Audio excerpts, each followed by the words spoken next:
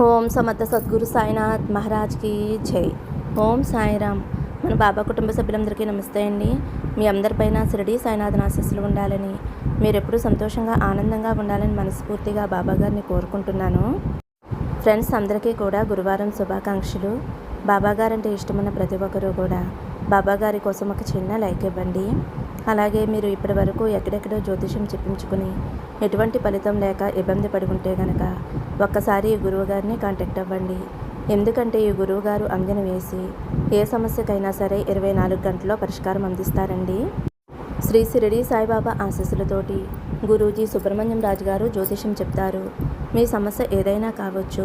భార్యాభర్తల మధ్య సమస్యలు, ప్రేమ సమస్యలు, సంతాన సమస్యలు, విద్య, ఉద్యోగం, వ్యాపారం, స్త్రీ పురుష వశీకరణ 100% చేయబడును. ఫోన్ నెంబర్ వచ్చేసి 9908224144. మీరు ఒక్కసారి నమ్మకంతో ఈ గురువు గారిని కాంటాక్ట్ అవ్వండి. ఎన్నో సంవత్సరాల అనుభవం ఉన్న దైవక శక్తి కలిగినటువంటి గురువు గారండి. ఈ గురువుగారి దగ్గర చూపించుకున్న వారందరికీ కూడా వారి సమస్యలు అనేవి తీరి ఇప్పుడు చాలా సంతోషంగా ఉంటున్నారు. కాబట్టి బాబాగారే మీ సమస్యలు తీరటానికి ఒక మంచి మార్గం చూపించారు అని నమ్మకంతో కాల్ చేయండి. ఇంక ఈరోజు వీడియోలోకి అయితే వెళ్ళిపోదామండి. మన బాబాగారి సందేశం. మన బాబాగారు ఏమంటున్నారంటే, బిడ్డ, ఒక్కసారి కళ్ళు మూసుకుని వీటిలో ఒక నెంబర్ అయితే తాకమ్మా. ఆ తరువాత ఏం జరుగుతుందో చూడు. జరగబోయే అద్భుతాన్ని చూడు తల్లి. బాబా తండ్రి ఇచ్చే తీర్పు ఏమిటో తెలుసుకో అమ్మా. ఈ బాబా తండ్రి తీర్పు ఇచ్చాడు అంటే నీ జీవితం ఎలా ఉండబోతుంది. నీ జాతకం మొత్తం కూడా నీ తండ్రి గుప్పెట్లో ఉంది. అంతా కూడా ఇప్పుడే ఈ క్షణమే చెబుతాను. ఒక్క నెంబర్ ఎంచుకో తల్లి. నీ తలరాతని మార్చబోతున్నాను. ఎందుకంటే నీ కోరిక ఏదైతే ఉందో ఒక నెంబర్ తాకి నీ భవిష్యత్తుని నువ్వే నిర్ధారించుకోగలుగుతావు. నీ జీవితంలో ఏం జరగబోతుందో కూడా నువ్వు తెలుసుకోగలుగుతావమ్మా. అయితే నీకు ఒక్క విషయం చెప్పాలమ్మా. కళ్ళు మూసుకుని నా నామస్మరణ చేసి ఒక నెంబర్ అయితే మనసులో అనుకో అమ్మా. మెల్లిగా కళ్ళు తెరువు. ఎప్పుడైతే ఈ సందేశం నీ కంటపడిందో అప్పుడు అంతా కూడా పూర్తిగా తెలుసుకోమ్మా. ఎందుకంటే నీ జాతకం ఎలా ఉండబోతుంది, ఎలాంటి పరిణామాలు ఎదుర్కోబోతున్నావు, అదృష్టం కలిసి వస్తుందా, లాభం వస్తుందా, నష్టం వస్తుందా, అదృష్టమా కన్నీళ్ళ. ఈరోజు ప్రతిదీ కూడా నీ బాబా తండ్రి నీకు చెప్పబోతున్నాడు. నీ బాబా తండ్రి తీర్పు ఇవ్వబోతున్నాడు. చాలా జాగ్రత్తగా విను తల్లి. ఏమాత్రం నిర్లక్ష్యం వద్దు. ఎందుకంటే ఇది నీ జీవితం. నీ జీవితం గుట్టురట్టు కాబోతుంది. జరిగింది, జరగబోయేది అంతా కూడా చెబుతాను అని అయితే మన బాబా గారు ఒక అద్భుతమైన సందేశంతో మన ముందుకు వచ్చారండి. మరి మన బాబా గారు ఏం తీర్పు ఇవ్వాలి అనుకుంటున్నారు, ఎటువంటి సందేశం ఇవ్వబోతున్నారు, మన భవిష్యత్తు ఎలా ఉంటుంది, రాబోయే రోజుల్లో మన జీవితం ఎలా ఉంటుంది, ప్రతి ఒక్కటి కూడా బాబా గారు చెప్పబోతున్నారు. కాబట్టి ఈ వీడియోని ఎక్కడా కూడా స్కిప్ చేయకుండా, మిస్ చేయకుండా చూడండి ఫ్రెండ్స్.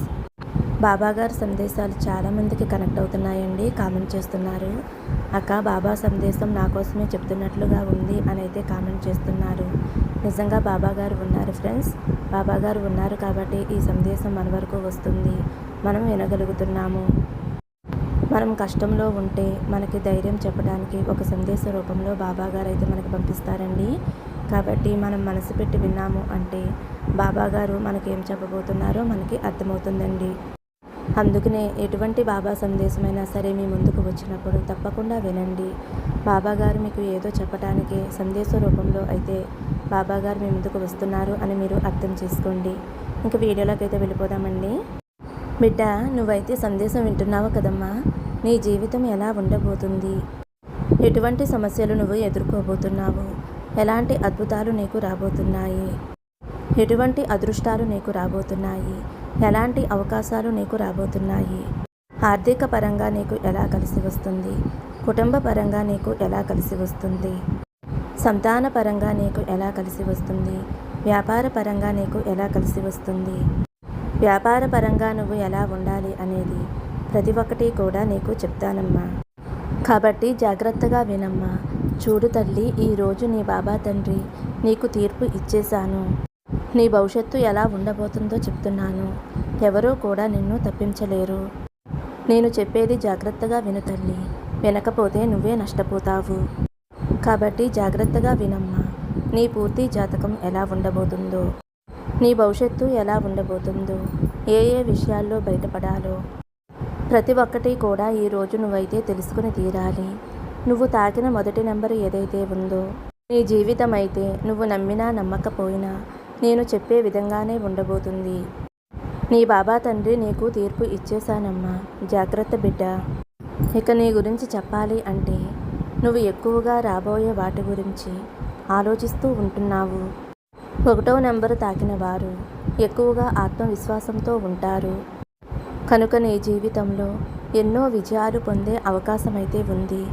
ఎన్నో మంచి పనులు చేస్తావు. అలాగే క్రమశిక్షణతో ఉంటావు, నిజాయితీతో ఉంటావు. నువ్వు చేసే పనుల గురించి చాలా ఆచరణలో ఉంటావు. ఒక్కొక్కసారి నీ సహనాన్ని పరీక్షిస్తే చాలా వాదన దూకుడుగా మారిపోతుంది. అయితే ఎవరైనా నిన్ను రెచ్చగొట్టినప్పుడు నువ్వు కొంచెం దూకుడుగా ప్రవర్తిస్తూ ఉంటావు. అయితే ఇక్కడ అబ్బాయిలైతే ఏమాత్రం నిర్లక్ష్యంగా ఉండరు, చాలా బాధ్యతగా ఉంటారు. ఇక జీవితంలో నిర్ణయాలు తీసుకోవటానికి కాస్త సమయం అయితే తీసుకుంటావు. కొన్నిసార్లు ఏ విషయాన్ని కూడా అంత సులభంగా ఒప్పుకోవు, అంగీకరించవు కూడా. ఒక్కొక్కసారి ఉన్నది ఉన్నట్లుగా కూడా చెప్పలేవు. కొంచెం సమయం తీసుకుని చెబుతావు. కొన్నిసార్లు నీ నిర్ణయం సరైనదా కాదా అని ఎవరైనా అడిగినప్పుడు వెంటనే సమాధానం చెప్పలేవు. సమయాన్నైతే తీసుకుని నీ నిర్ణయాన్నైతే చెబుతూ ఉంటావు. ఇక నీ జీవితంలో బాగా అనుభవాన్నైతే కలిగి ఉంటావు. ఒక సుఖవంతమైన జీవితాన్ని, సౌకర్యవంతమైన జీవితాన్ని గడపాలి అనుకుంటావు.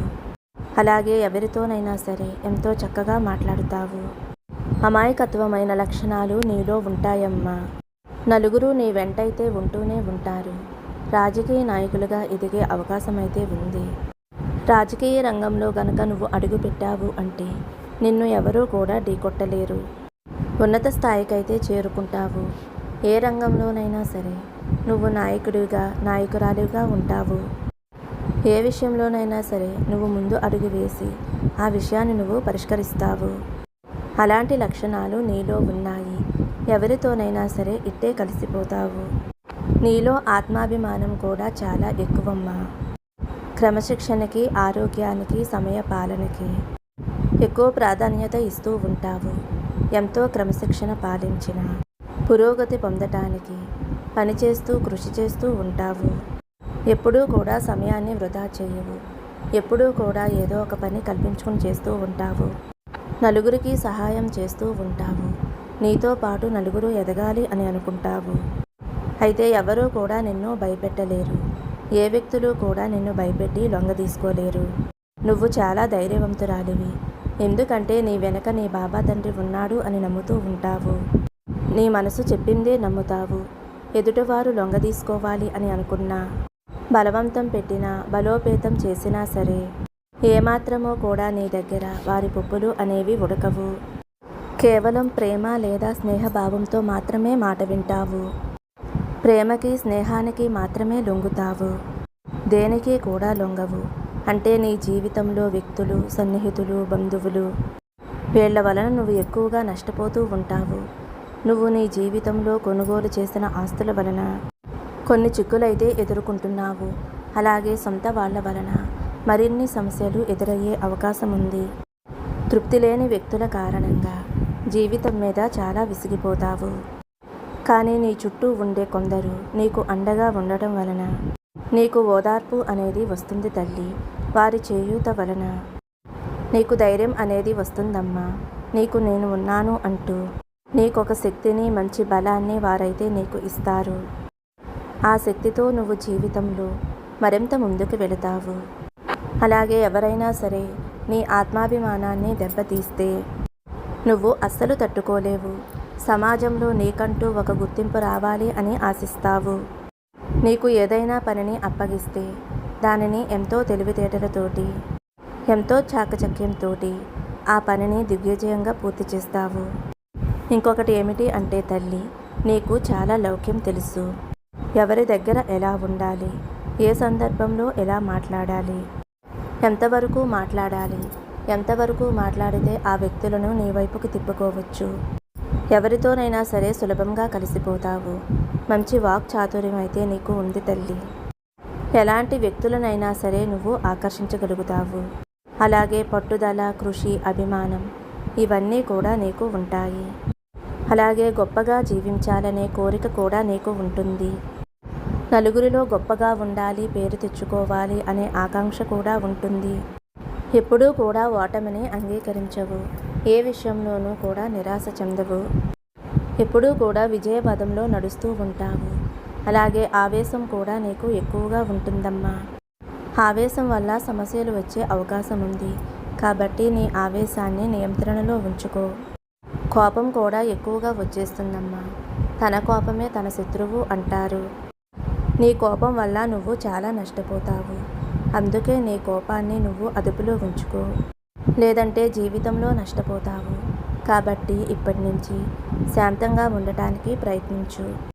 అవసరమైనప్పుడు తప్ప ఎదుటి వారి మీద చీటికి మాటికి కోపాన్ని ప్రదర్శించుకో. అలాగే వ్యాపార విషయంలో అయితే చాలా జాగ్రత్తగా ఆచితూచి అడుగు వేయాలమ్మా. చాలా జాగ్రత్తగా ఆలోచిస్తావమ్మా.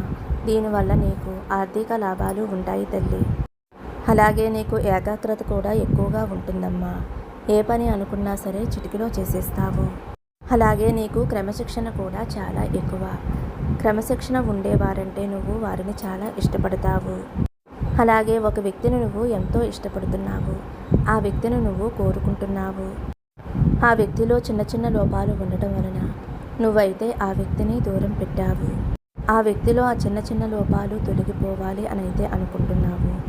మీ ఇద్దరి మధ్య చిన్న చిన్న విభేదాలు వస్తున్నాయి కాబట్టి అటువంటి విభేదాలు రాకుండా ఉండాలి అని, ఒకరిని ఒకరు గౌరవించుకోవాలి అని ఇలా అనుకుంటూ ఉంటున్నావు.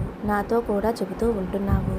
తప్పకుండా నువ్వు కోరుకున్నట్లుగానే ఆ వ్యక్తిలో ఉన్న చిన్న చిన్న లోపాలన్నీ కూడా తొలగిపోయి నువ్వు చెప్పినట్లుగా నీ మనసుకు నచ్చినట్లుగా ఆ వ్యక్తి అయితే మారబోతున్నారు. కాబట్టి నువ్వు కొంచెం ఓపికతో ఉండమ్మా. ఇకపై ఆ వ్యక్తితోటి నీ జీవితం బంగారు బాట కాబోతుంది. మీ ఇద్దరూ ఎంతో సంతోషంగా ఆనందంగా ఉండబోతున్నారు. మీ ఇద్దరి జీవితంలో వసంతాలు చాలా ఎక్కువగా విరజిల్లుతాయి తల్లి. నీ జీవితం అన్ని రకాలుగా చాలా అంటే చాలా సంతోషంగా ఉండబోతుంది అని అయితే మన బాబా గారు 1వ నెంబర్ తాకిన వారి గురించి అయితే ఈ విధంగా చెప్పారండి. ఇప్పుడు రెండవ నెంబర్ తాకిన వారు ఎవరైతే ఉన్నారో వారి గురించి అయితే మన బాబా గారు ఇలా చెబుతున్నారు. తల్లి, నువ్వు ఇలా బాధపడుతున్నావు కదమ్మా. ప్రతి క్షణము కూడా నువ్వు నాతో చెప్పుకుంటున్నావు కదా, బాబా నిన్నే నమ్ముకున్నాను కదా, ఎందుకు నాకు మాత్రమే ఇన్ని కష్టాలు పెడుతున్నారు తండ్రి. ఇంట్లో ఎన్నో రకాలుగా కష్టాలు పడుతున్నాను. ఆర్థిక పరంగా కష్టాలు పడుతున్నాను, శారీరకంగా కష్టపడుతున్నాను. అలాగే బయట జనాలతోటి ఎన్నో రకాల మాటలు అనిపిస్తున్నావు బాబా. మరి నేను ఎవరిని కూడా పన్నెత్తి ఒక మాట అనటం లేదు కదా బాబా. మరి ఎందుకు తండ్రి అందరూ ఒకటైపోతున్నారు? నన్ను మాత్రమే ఒంటరిగా చేసి సూటిపోటి మాటలతోటి ప్రతి క్షణము కూడా నన్ను ఎంతగానో వేధిస్తున్నారు. మరి ఇదంతా కూడా నువ్వు చూస్తూనే ఉన్నావు కదా. మరి ఎందుకు నా జీవితంలో ఇలా జరుగుతుంది? వారు అన్నారు కదా అని తిరిగి ఒక మాట అనేసరికి మళ్ళీ వాళ్ళు 10 మాటలు అంటున్నారు. ఆ మాటలు నాకు తోటాల్లో పొడుస్తున్నాయి తండ్రి. గుండెల్లో గుణపం గుచ్చుకున్నట్లుగా ఉంటుంది. ప్రతి క్షణము కూడా కన్నీరు పెట్టుకుంటూ, తిండి తినలేక, కంటి నిండా నిద్రపోలేక చాలా బాధపడుతున్నాను బాబా. నీతో ప్రతి క్షణము కూడా చెప్పుకుంటున్నాను బాబా. చీమకు కూడా అపకారం చేయలేదు కదా. నేను నా కుటుంబం ఎంతో భక్తి శ్రద్ధలతోటి న్యాయంగా ధర్మంగా బ్రతుకుతున్నాము. ఇలా నీతిగా బ్రతికే మాకు మాత్రమే ఎందుకు ఇన్ని కష్టాలు? ఒక రకంగా ధనపరంగా కష్టాలైతే మరొక వైపు మనుషులందరూ కూడా చుట్టుముట్టి మాటలతోటి చాలా బాధ పెడుతున్నారు, అన్యాయంగా అంటున్నారు. మా తిండి మేము తింటూ ఉంటే చూసి ఓర్చలేకపోతున్నారు. ఇటువంటి పరిస్థితి నేను తట్టుకోలేకపోతున్నాను. నాకు అందరిలా సంతోషంగా మనశ్శాంతిగా బ్రతకాలి అని ఉంది. నలుగురిలో స్వేచ్ఛగా తిరగాలి అని ఉంది. మమ్మల్ని ఎవరూ కూడా గిట్టనివ్వటం లేదు. మనసుకి చాలా బాధగా ఉంటుంది బాబా అని ప్రతి క్షణము కూడా నువ్వు నా పాదాల వద్ద కూర్చుని నన్ను వేడుకుంటున్నావు కదమ్మా.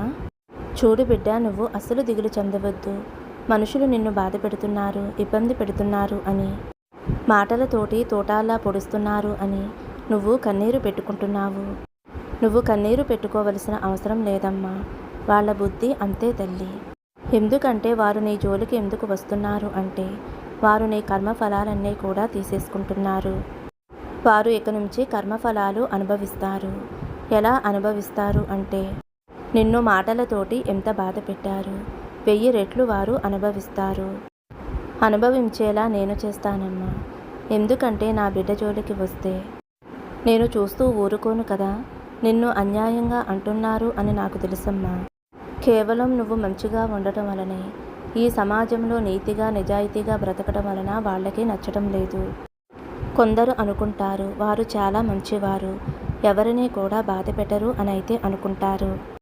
అటువంటి వారి ముందు మిమ్మల్ని చులకన చేయటానికి ఈ విధంగా సూటిపోటి మాటలతోటి అని మిమ్మల్ని బాధ పెడతారు.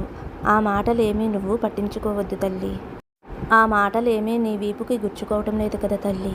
వదిలేసి ఏనుగు వెళుతూ ఉంటే కుక్క మురుగుతుంది అనుకో. నువ్వు ఒక ఐరావతానివి, ఒక ఏనుగువి, వాళ్ళు ఒక కుక్కలు, వీధి కుక్కలు. అలా అనుకుని నువ్వు జీవితంలో ముందుకు సాగు. వాళ్ళకి ఎలాంటి శిక్ష వేయాలో, ఏ విధంగా వారికి బుద్ధి చెప్పాలో నేను చూసుకుంటానమ్మా. ఆ సమయం అయితే వచ్చేసింది. ఇప్పటి వరకు నిన్ను ఎంతో బాధ పెట్టారు కదా. వాళ్ళ ఆటలు అనేవి కట్టి పెడతాను. నిన్ను ఎంత బాధ పెట్టారో 1000 రెట్లు వారు అనుభవించేలా చేస్తాను. కాబట్టి నువ్వు ఏమాత్రమూ కూడా దిగులు పడవద్దు, బాధపడవద్దు. నువ్వు నిద్రాహారాలు మానేసి కన్నీరు పెట్టుకుంటున్నావు, దిగులు చెందుతున్నావు. ఒక్కసారి నేను చెప్పినట్లుగా వినమ్మా. ఎవరి పాపాన వారే పోతారు. నేను చెప్పినట్లుగా నీ పనులు నువ్వు చేసుకుంటూ ఉండమ్మా. వారు నీ జోలికి రాకుండా నేను చూసుకుంటాను. వారికి ఎటువంటి శిక్ష వేయాలో నేను చూసుకుంటాను కదమ్మా.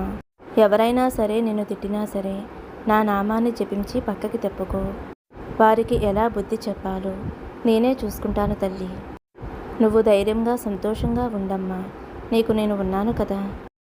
ఈ గురువారం రోజున నీకు వీలు కుదిరితే ఈరోజు సాయంత్రం నా ఆలయానికి రా తల్లి.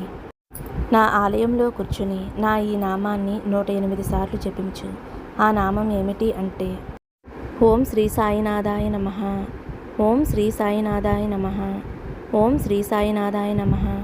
ఈ నామాన్ని 108 సార్లు జపించు తల్లి. నీకు నా ఆలయానికి రావటం వీలు కుదరపోతే నీ పూజా మందిరంలోనైనా సరే నాకు దీపారాధన చేసుకుని ఈ నామాన్ని జపించు తల్లి. నీకు ఎటువంటి కోరిక ఉన్నా సరే తప్పకుండా నెరవేరుతుంది. మీ కష్టాలన్నీ తొలగిపోయి ఆనందంగా సంతోషంగా ఉంటారు అనైతే మన బాబాగారు మనందరి కోసం మంచి సందేశం అందించారండి. మరి ఈ సందేశం మీ అందరికీ కూడా నచ్చుతుంది అనుకుంటున్నాను. నచ్చితే ఒక చిన్న లైక్ ఇవ్వండి. సర్వే జన సుఖినో భవంతు. సమస్తం సద్గురు సాయినాథార్పణమస్తు. శుభం భవతు. జై సాయిరామ్.